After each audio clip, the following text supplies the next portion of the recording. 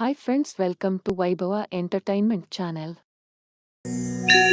अङ्गं हरेः फुलकभूषणमाश्रयन्ति भृङ्गाङ्गनेव मुकुलाभरणन्तमालम् अङ्गीकृताखिलविभूतिरपाङ्गलीला माङ्गल्यदास्तु मम मङ्गलदेवतायाः। मुग्धा मुहुर्विदधति वदने मुरारेः प्रेमत्रपाप्रणिहितानि गतागतानि मालादृशोर्मधुकरीव महोत्पलेया सा मे श्रियं दिशतु सागरसम्भवायाः। आमीलिताक्षमधिगम्य मुदा मुकुन्दम् आनन्दकन्दमनिमेषमनङ्गतन्त्रम् आकेकरस्थितकनीनिकपक्ष्मनेत्रम् भूत्यै भवेन्मम भुजङ्गशयाङ्गनायाः। बाह्वन्तरे मधुजितश्रितकौस्तुभेया हारावलीव हरिनीलमयी विभाति कामप्रदा भगवतोऽपि कटाक्षमाला कल्याणमावहतु मे कमलालयायाः। कालाम्बुदालिललितोरसि कैटभारेः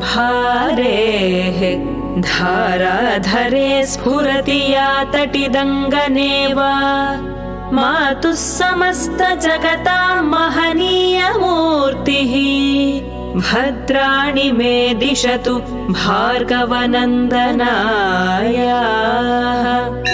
प्राप्तं पदं प्रथमतः खलु यत्प्रभावात् माङ्गल्यभाजि मधुमाथिनि मन्मथेन मय्यापतेत्तदिह मन्थरमीक्षणार्थम् मन्दालसञ्च मकरालय कन्यकायाः। विश्वामरेन्द्रपदविभ्रमदानदक्षम् आनन्दहेतुरधिकं मुरविद्विषोऽपि ईशन्निषीदतु मयि क्षणमीक्षणार्थम् इन्दीवरोदरसहोदरमिन्दिरायाः। इष्टाविशिष्टमतयोऽपि यया दयार्द्र दृष्ट्या त्रिविष्टपपदं सुलभं लभन्ते दृष्टिः प्रहृष्टकमलोदरदीप्तिरिष्टाम् पुष्टिं कृषीष्ट मम पुष्करविष्टरायाः।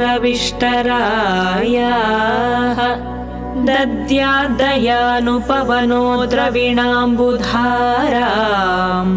अस्मिन्न किञ्चन विहङ्गशिशौ विषण्णे दुष्कर्म घर्ममपनीय चिराय दूरम् नारायण प्रणयिनी नयनाम्बुवाहः।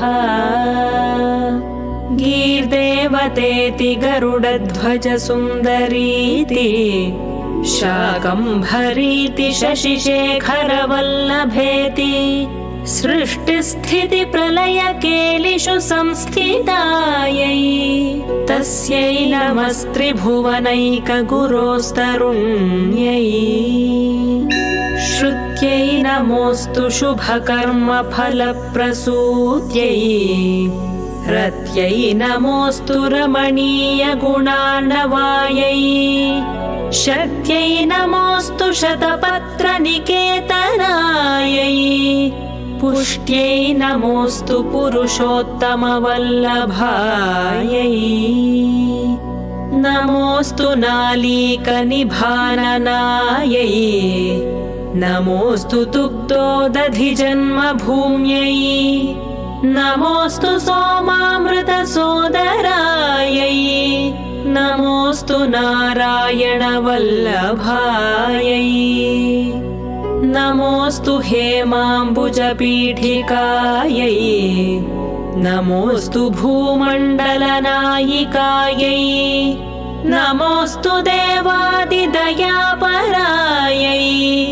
नमोऽस्तु शार्ङ्गायुधवल्लभायै नमोऽस्तु देव्यै भृगुनन्दनायै नमोऽस्तु विष्णोरुरसिस्थितायै नमोऽस्तु लक्ष्म्यै कमलालयायै नमोऽस्तु दामोदरवल्लभायै नमोऽस्तु कान्त्यै कमलेक्षणायै नमोऽस्तु भूत्यै भुवनप्रसूत्यै नमोऽस्तु देवादिभिरर्चितायै नमोऽस्तु नन्दात्मजवल्लभायै सम्पत्कराणि सकलेन्द्रियनन्दनानि साम्राज्यदानविभवानि सरोरुहाक्षि त्वद्वन्दनानि दुरिताहरणोद्यतानि मामेव मातरनिशं कलयन्तु मान्ये यत्कटाक्षसमुपासनाविधिः सेवकस्य सकलार्थसम्पदः सन्तनोति वचनाङ्गमानसैः त्वां मुरारिहृदयेश्वरीं भजे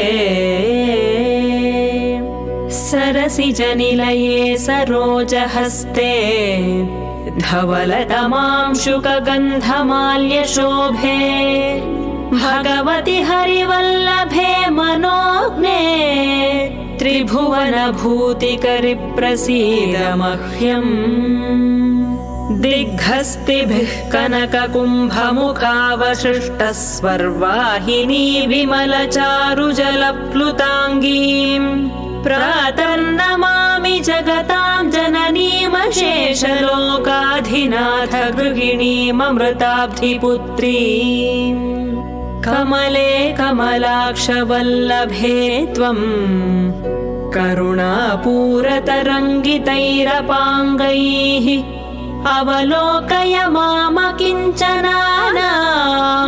प्रथमं पात्रमकृत्रिमन्दयायाः देवी प्रसीद जगदीश्वरि लोकमातः कल्याणगात्रि कमलेक्षणजीवनाथे दारिद्र्यभीतिहृदयं शरणागतं माम् आलोकय प्रतिदिनं सदयैरपाङ्गैः